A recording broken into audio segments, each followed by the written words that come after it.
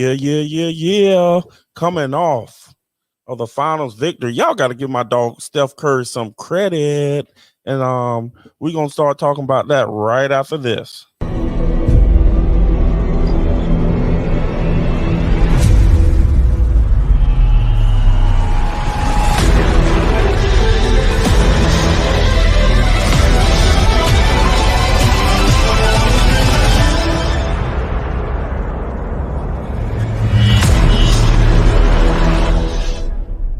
You know what? I'm not recording anything. Just kidding. Hey, man, we got to talk about it. You know what I mean? My boy Steph Curry just did it in. Hey, y'all gotta put my dog in the top 10 now. You know what I'm saying? So anyway, we all know, everybody know it. I'm a little late to the party, psych. But Steph Curry and the Warriors, beat Boston 4-2, obviously. And Steph has been getting a lot more. I mean, they showing Steph all kind of love. Steph is like, what they gonna say now? You know what I mean? And so we just gonna talk about it a little bit. Tell me what y'all think. First of all, I like to say this has actually hurt Kevin Durant's legacy a little. This has hurt Kevin Durant's legacy because obviously the first round, Boston swept the New Jersey Nets. The Brooklyn Nets 4-0. Kevin Durant had, in my opinion, one decent game, but the rest of that was pretty trash. For a player of his caliber, the amount of turnovers he had in 4 games, 20-something turnovers, he just looked a hot mess. He really looked a hot mess. They confused him. They were just swiping at the ball. He and Kyrie was just playing one-on-one basketball, and that's another and that's a whole nother story. But they got to stop playing one-on-one basketball. Matter of fact, obviously Steve Nash is their coach. They didn't even play their system. That Steve Nash became a Hall of Famer through with D'Antoni. So anyway, just thinking back at it, they made them boys look pretty bad, really bad, if you ask me. I've been calling Kevin Durant the best player in the league, honestly, for about the last 8 years or so. So he proved me wrong. I no longer believe he's the best player in basketball. He's still top 5. Yeah, one, but that was terrible. Just the eye test of that game, the way it looked. You look at his stats. He had some numbers. Shooting percentage wasn't Kevin Durant-ish. And that's why I always said he and Westbrook could last as long as they did, simply because he was so efficient. He was not efficient. I blame it on him, and I also blame it on the coach. Steve Nash did not put him in a position to win. Nowhere close to winning. It was just one-on-one basketball, one-on-one. Kyrie get it, do his thing. KD get it, do his thing. But they weren't doing their thing like. You know what I'm saying? They. Shots fired! Shots fired! Shots fired! Shots fired! They was not doing their thing. What they were doing, they scoring wise. Kyrie had a terrible game scoring wise, 1 or 2 of those games. But Durant was I think every game he was in the 20s. I look at that, but it was just how he did it, how difficult for him it was for him to score, get anything moving on the offense. Like I said, he had one good game, and then another game he basically gave up the winning score to Jason Tatum on a back cut, got the little layup in. But let me go through this. The number 1 defense, who also had the Defensive Player of the Year, and Marcus Smart, they did Kevin Durant bad. So we're going to go throughout the playoffs and tell you how they did and how Steph did. So first round, they had Kevin Durant. Shooting efficiency on tightly contested shots versus the Celtics defense this season. So this the whole season, I guess. So Kevin Durant, 43.4%. That's not Kevin Durant-ish. He's 50+% typically. Giannis Antetokounmpo, 47.1%. I mean, that's not as bad, but Giannis is typically 50s plus because most of his points come off of dunks, putbacks, and he's a high efficient player because he plays close to the basket. That Euro step get him close to the basket. So typically he gets I ain't gonna say easy points, but he gets those points. Jimmy Butler, which is surprising to me, was 51.1%. I know they call him Jimmy Buckets, but I didn't know, typically he's not that efficient of a player, and these are tightly contested shots. So that's pretty good. I mean, even Durant at 43% of tightly contested shots are pretty good. But let me show you where Steph is at. 85.6%. So the closest one to him is Jimmy Butler at 51, 51, That's over 34% better. I think it's 34.5% better. Or 34.5% better than the closest guy, Jimmy Butler. That shows that I'm not saying these guys don't work. Please don't get me wrong. I've heard the comments from numerous players about KD, how he prepares for a game. But that right there, 85.6%, come on, man, that's foolish. But if you think about it, when is Steph wide open? So then that brings you back to what Draymond actually said. Who was drawing all those double and triple teams when KD was with them? Things that make you think. So that just shows the gravitational pull that Steph has when he's on the court. And I've been one to say, if I could have a draft, the first person I'm always picking is Michael Jordan. The second person is Steph. If Steph is there, I'm taking him number 2. That is just crazy because you have to think about it. When Steph is on the court and he can get his shot off the dribble the way he can, and like literally almost as soon as he passes half court, you got to put a body on this man. And so that's going to open up the middle, the lane so much more. It's going to make it easier for other people to get so many shots, i.e. Kevin Durant. Think about it. So when Draymond said that, at the beginning, without thinking about it, I thought that was foolish. But then with this number, this stat says that. Obviously, they didn't play together this year, but we're talking about the number 1 defense in basketball. And Golden State was number 2, I believe. But anyway, top 5 anyway. So when you put pressure on them, basically that's saying 43% of the time, Kevin Durant makes the shot. And 85% of the time, Steph makes the shot. That's double. That's double. I mean, a point or two away from being double the time, double the difference. That is amazing. That's amazing. You know what I'm saying? Bang, bang, boogie. Yeah. Got to be more careful, boy, I tell you. So just before we move on, a stat like that, does that say maybe Curry is better than KD? We ain't going to get into LeBron yet, but maybe Steph is better than KD? I don't know. I mean, that's a good question. Tell me what y'all think. I'm going to say I think Steph is better than KD. That's the first time I really said that, but just looking back, even going into the when KD joined them the year before, when they went 73-9, obviously they lost.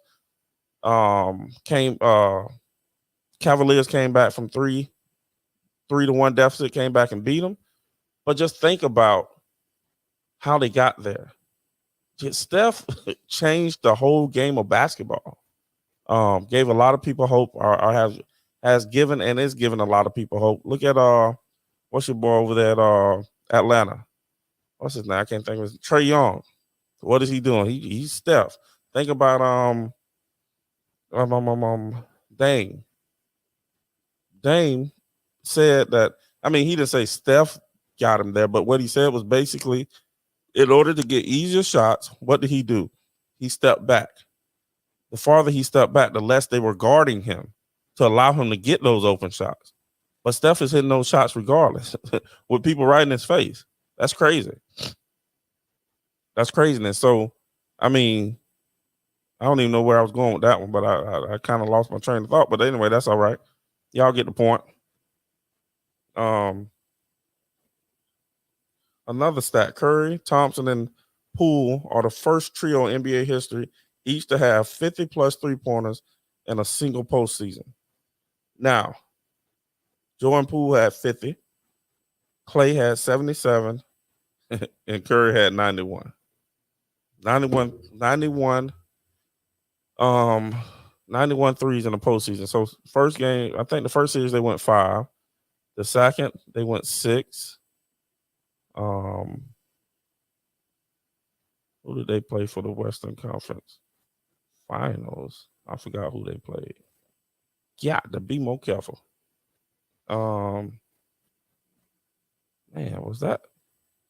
I don't think that was Memphis. Let me see if I can find it. Is this phone at right? Who did they play? Brackets. Oh, they played Dallas. So the Warriors played 5, 10, 14, 16 games. 91 divided by 16 is what? It's 5.68 threes a game. And now think about it. One game he didn't even hit a 3. So I'm going to take that 91 divided by 15. Basically 6 threes a game. 6 threes a game in the playoffs. That's crazy to average that. That's crazy. I remember Jordan hit 6 threes in one game. At that time, back in 90, they playing the Trailblazers second time. That's the repeat, the first repeat. Trailblazers 92. Jordan hit 6 of them. But I think he hit them in a half. I think that was the big deal about that. But anyway, this man hit 6 of them per game. You know what I mean? That's crazy. I mean, Jordan Poole is coming along. Clay, I think Clay will be better next year. Jordan Poole, he'll be better next year. But I think the one thing about him, he needs to know when to slow the pace of the game down. Sometimes I hate to say it, sometimes he's kind of like a Westbrook, where he just plays fast all the time. He'll come down and just always trying to do something. Sometimes you got to lull them to sleep and then put the thing on them. You know what I mean? He just needs to work on that, I believe. Obviously, his defense, and Clay just needs to get back, get a full. He got the season under him now. So when he come back next year, we expect him to be, I ain't going to say old Clay, but better than this year Clay. But, I'm not throwing no shade at Clay. Things he's been through, absolutely amazing. To come back and then help this team to be able to get to win a championship. So I think Clay get his feet under him, get a full season in. He'll be straight next year. And a lot of people, let's settle this right now. Know what I'm saying? A lot of people want to say Draymond is not a Hall of Famer. Stop it. First ballot Hall of Fame. Matter of fact, this is funny. I had a dude, I was on Sitting Politic podcast. This person said that he'll take Draymond over Charles Barkley. Look, I like Draymond. He means a lot to this team, but there's almost no situation I would take Draymond over Charles Barkley. That's crazy. But I like Draymond, but over Charles Barkley, stop it. But then he was a young guy too. I'm almost 40. He's probably mid to late 20s. So he didn't get to see Barkley play. Barkley led the Phoenix Suns to the playoffs. I mean, to the finals. Obviously, they lost against the Bulls in 93.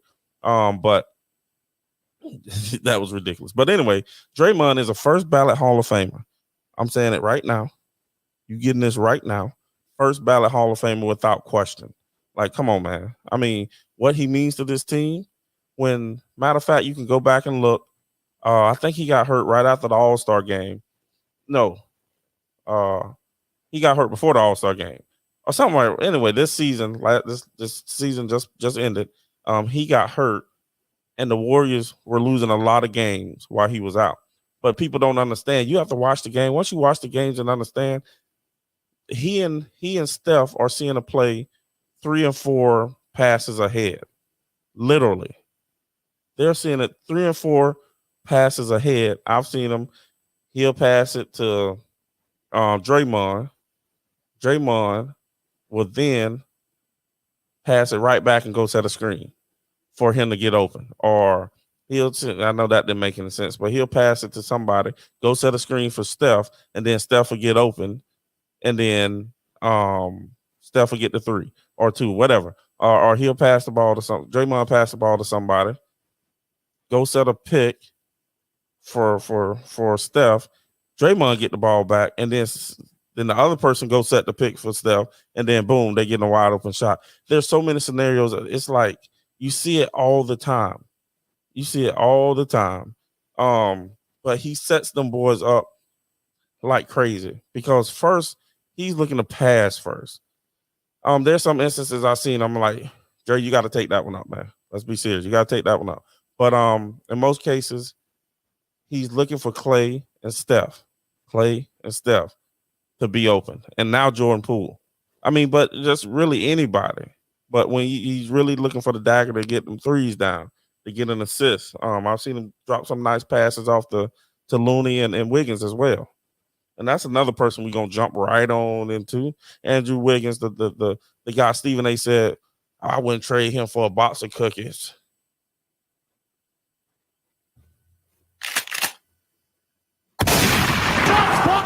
Shots fired! He said, I wouldn't trade him for a box of cookies. Man, stop it. That man's absolutely even if he stayed in Minnesota, this man was still balling. I mean, I'm not saying he was caliber of a first round pick, but who else was in that draft? I like to see who else was in that draft with Andrew Wiggins. Matter of fact, let me look. Because I remember the Cavs traded him to get LeBron and Love and all that, or to get Love, really. Let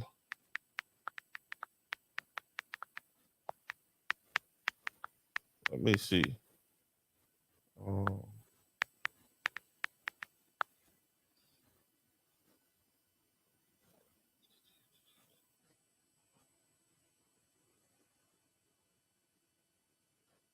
2014 draft. Let me see. Let's see if I can get a. Why you supposed to do this before you go on the show? That's all good. Full list. Probably the weakest draft in NBA history. Anyway, Andrew Wiggins, Jabari Parker, and Joel Embiid. That's questionable. Aaron Gordon. Nope. Dante Exum. Marcus Smart. No. Julius Randle. No. I mean, I like Julius Randle, though. Nick Stauskas, or however you say that. Noah Vonleh, however you say that. Elfrid Payton. Doug McDermott. Sark. Zach LaVine. I say that, they were teammates. So that didn't matter. TJ Warren. James Young. Tyler. Look, man. Rodney Hood. Clint Capella. Look. I mean, based off the players who were drafted with him, there's only 2 questionable players. Maybe 3. I'll give you 3 questionable players. That was Joel Embiid, who got drafted 3. Julius Randle, and what was the other guy? Oh, Zach LaVine. 3 questionable players, in my opinion. The rest, so can we say that that man was an actual bust? Yes, he was the number 1 pick, but was he the actual bust? And I say no. But even with the numbers he put up, which was he's been averaging 20-some points a game, even with Cat there.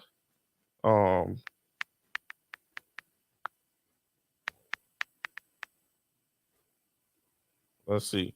Even with Cat there. So his rookie year, 16.9. That's decent for a rookie. Second year, 20.7. Second year, he got better. 82 games, 81 games, 82 games, 82 games, 73 games. He had 2 seasons, 42 and not 12 games, where, and I think, the 12 game season, that didn't even, I don't even know. Well, like I think he played a combination of 42, 52, 54 games because he was with um Minnesota and Golden State that season. So he played every year but 1 year. He played almost all the games, at least 71 games. So he's been durable. Field goal percentage. 18 he had 41%, 43% as a rookie, 45. Every year since then has been 45. I think he's been pretty consistent there. Rebounds been about 4.5. Assists been about 2 assists a game. Um, so anyway, going back to points, rookie year 16.9, then 20.7, then 23, then 17.7. That was a down year. He dropped off. That was a whole 6-point drop off. Then 18, then 27, 22. I'm sorry, 19, 18, 17. I mean, I would like to put those numbers up against anybody in that draft. The only one that would definitely beat it would be Embiid and maybe Zach LaVine as well. Overall, but to say, and what has Zach LaVine done? He was on the same team with him for some of those years.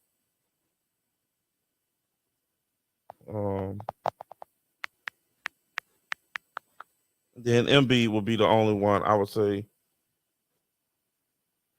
Yeah, so Minnesota, he was at 10 points. This is Zach LaVine, 14 points, 18, 9, 16, 23. So the year Wiggins went down to 17. Actually, Zach LaVine went up to 23. So it's like they switched. 2019 at 25 with the Bulls, 27, 24. So the last 3 years he's been very good. He's averaged 1 more assist for the most part than Andrew Wiggins. And then when he went to Chicago, he got 2 more. Rebounds about the same. Games played.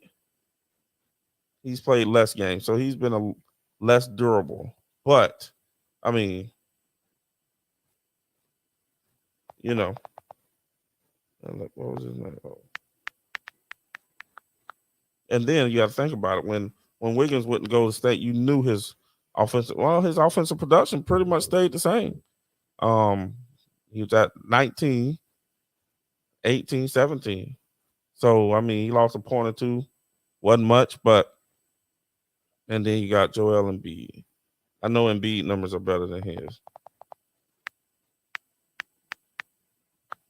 But then you got to think about it. The first 2 years on Joel, I believe he sat.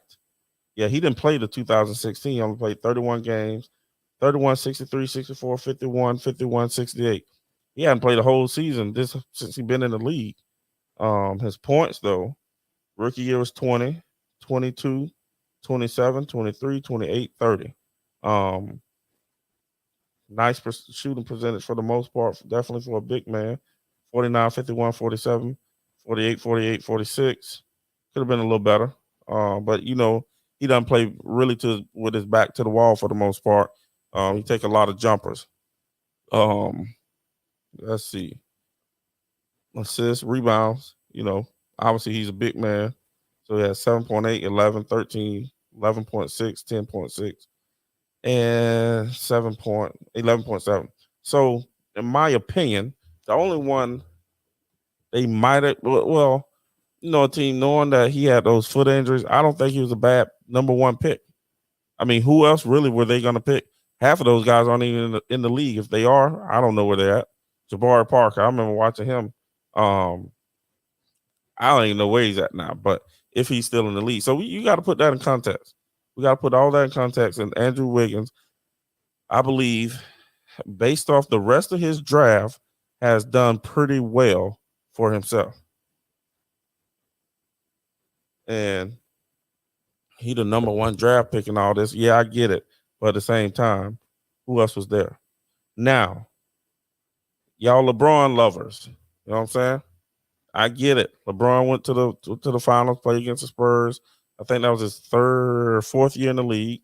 Um, but so let's compare his numbers to Jason Tatum. Also, before we get there, Jason Tatum had the most turnovers in the NBA postseason history with 100. Guess who he passed at 91? LeBron James, the turnover king that y'all don't want to talk about. But anyway, we're gonna move right on.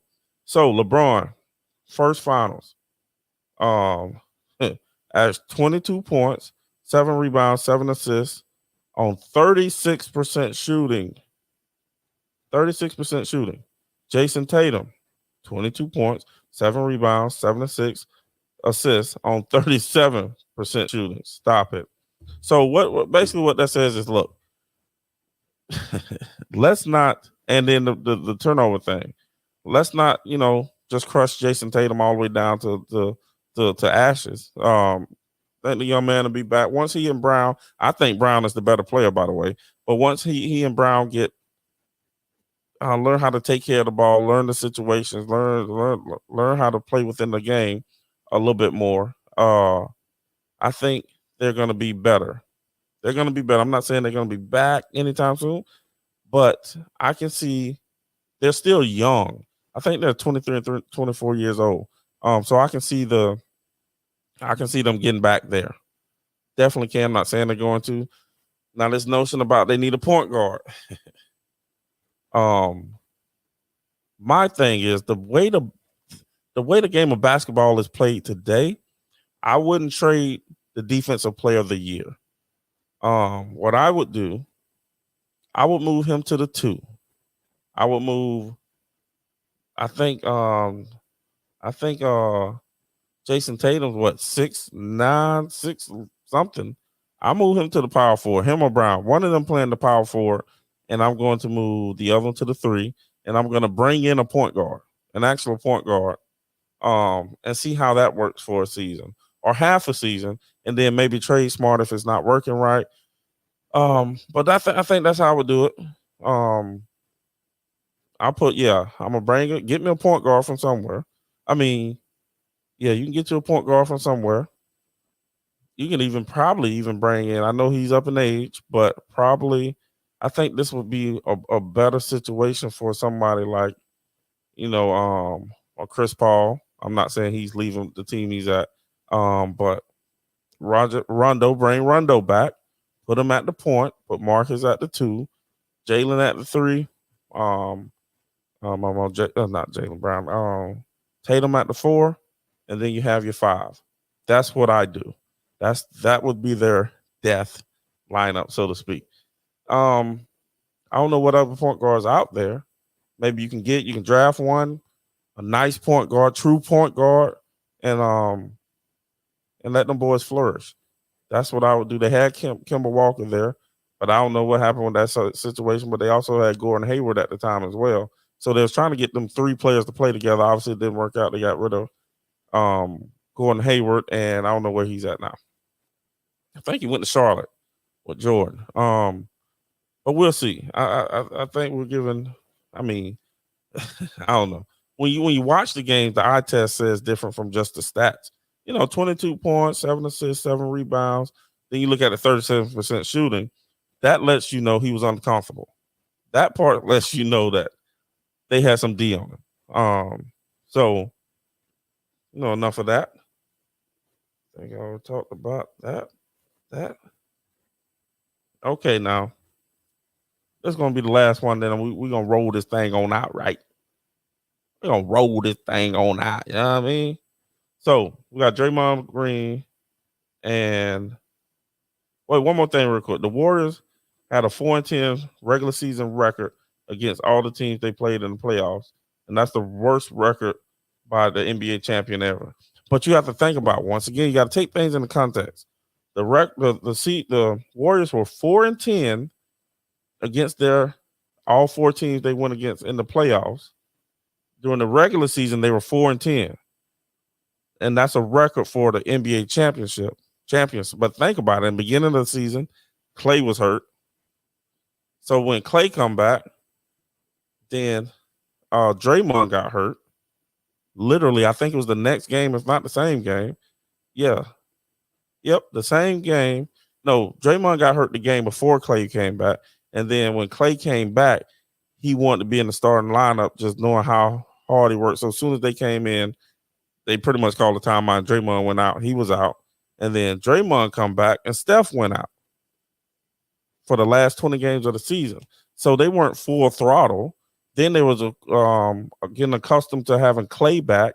Then they had to figure out what to do with Jordan Poole. So there was a whole bunch of moving parts. And if you remember the start of the playoffs, Curry was coming off the bench. Think about it. So even though that was the record 4-10, you got to put it all into context. Let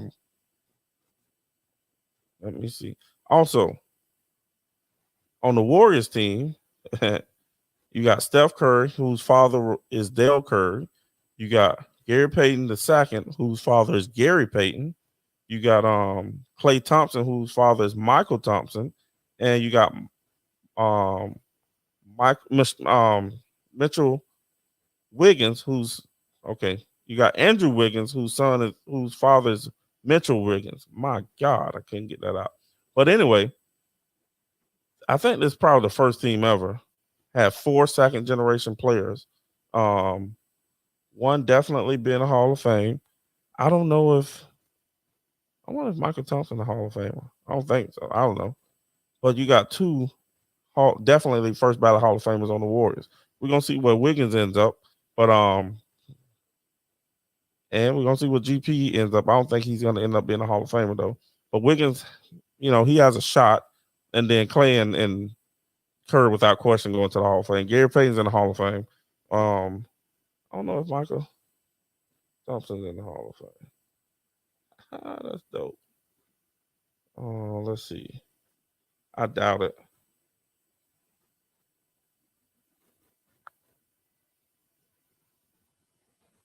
Let's see. Played from 1978 to 1990. No, he's definitely not a Hall of Famer. But he came in the league rookie, averaging 14, 17 with Portland, 20, 15, 15, 18, 14, and then he went to the Lakers. So he must got a chip or two anyway. 86 with the Lakers and the Spurs, and then went back to the Lakers 87, 88, 89, and 90. Where, 90, he was only averaging 4 points, only getting 15 minutes a game. But it looked like he had a pretty decent career. Looked like 12 seasons.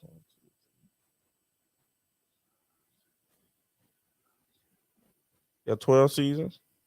Pretty good career. So that was the first time in NBA history, I believe, four players to win a championship in second generation. Now let's get to my last point. So here's the numbers. Who had the better career? Has had the better career? We talking Manu Ginobili, and Draymond Green. Both of them had 4 championships, and Draymond still counting possibly. 4 All-Stars to Draymond, 2 to Ginobili. Obviously, to put this in context, Ginobili came off the bench, but he wasn't a bench player. I think that was just a nice role for him, but he wasn't a bench player, really. He ended games. He didn't start them. All defense, Draymond 7. All rookie, Ginobili, obviously you can only play 1. Defensive player of the year, Draymond got 1. And I don't know MOTY. I don't know what that means, but he got 1. Gold medal, Ginobili got 1, and Draymond has 2. The one with Ginobili, he played, I think he's Argentinian, I believe, and they got 1 from Argentina. So that lets you know the NBA, the U.S. team let them get that. Well, I ain't gonna say let them get it, but something that's not supposed to happen. But anyway, it happened. So y'all tell me, Manu is in the Hall of Fame. I'm pretty sure. And you telling me just Draymond's not going to make it to the Hall of Fame? Stop it. 4-time All-Star. He's going to the Hall of Fame without question. There's people with way less. Take away the titles. Take away all the championships. There's people with way less on their resume that are in the Hall of Fame, and I believe he deserves to be in the Hall of Fame too. So y'all might as well stop capping on that. That's y'all language. Y'all stop it. Stop it. So that being said, man, that's it. This is my first broadcast. Doing with my new camera. You know what I'm saying? This ain't live.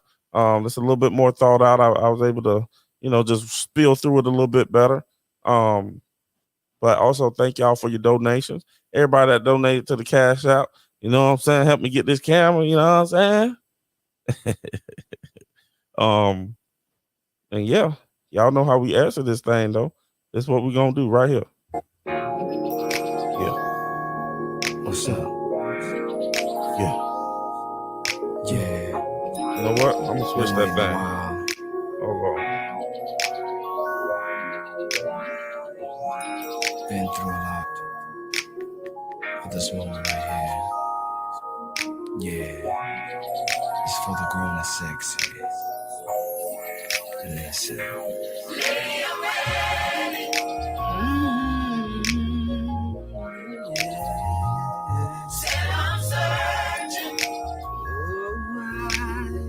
Yeah, we're gonna switch this thing up. I'm sorry.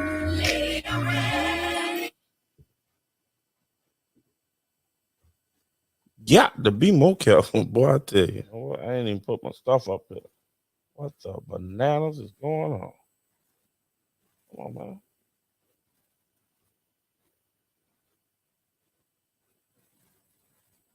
Yeah. We're gonna play that one.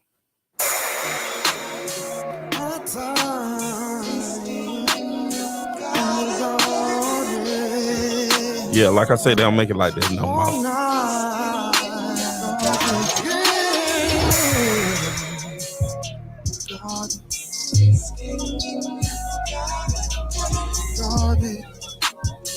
Wonderful, that's on the screen.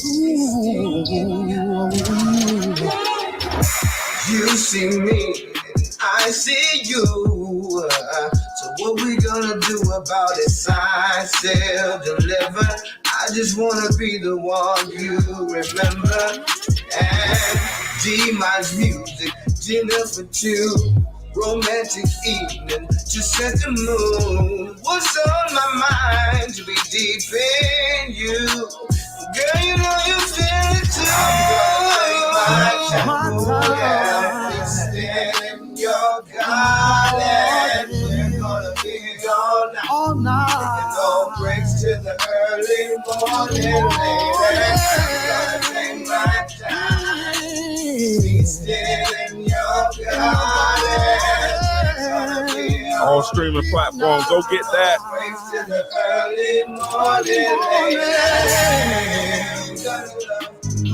gotta love.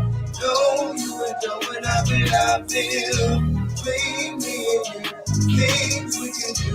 Fun to it when I've been loving. We gotta love. Know you when I've been loving. Between me and you. Quality moments to be the little things make life worth living. What a joy you bring. And be open. Girl, you know you got me focused. And holding hands about the riverside.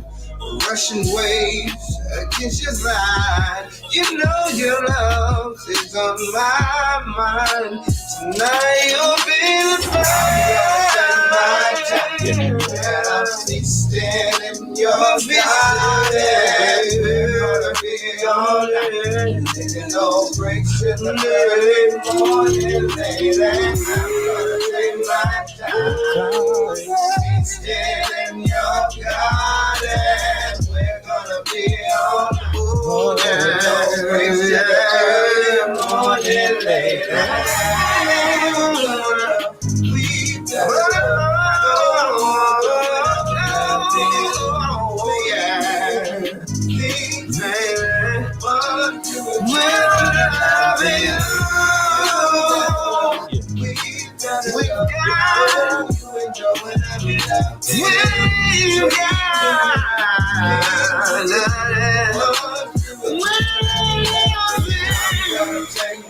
take my time. Gonna be all night. Taking no breaks till the early morning. Gonna take my time. Still in your garden. Gonna be all night. Taking no breaks till the early morning.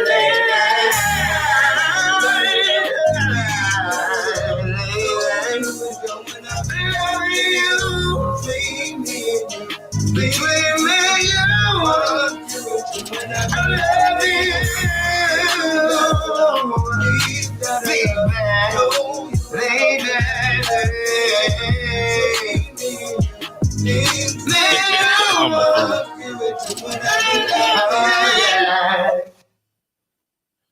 you, Yeah.